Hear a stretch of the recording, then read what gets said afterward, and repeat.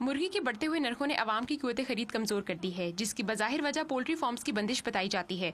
मुर्गियों की खुराक की कीमतें बढ़ने से तकरीबन 60% फार्म्स बंद हो चुके हैं। देखिए, मुर्गी इसलिए महंगी होगी कि मुर्गी का चूज़ा जो है ना, चूज़ा एक दिन का चूज़ा जो है वो अभी 60 रुपये का है।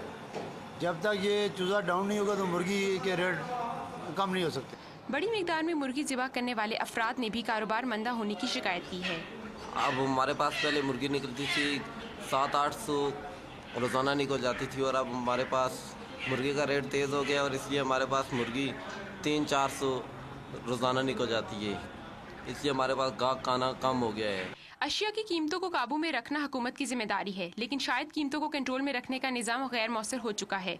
गवर्नमेंट की बॉडीज़ हैं जो इस चीज़ को चेक करने की कोशिश जो कर रही हैं, उनको भी ख़त्म किया जा रहा है। ठीक है, कंपटीशन कमीशन ऑफ पाकिस्तान ने एक्शन लिया था इस पे, शुगर पे, तो उसका जो ऑर्डिनेंस है वो मतलब लैप्स हो गया है।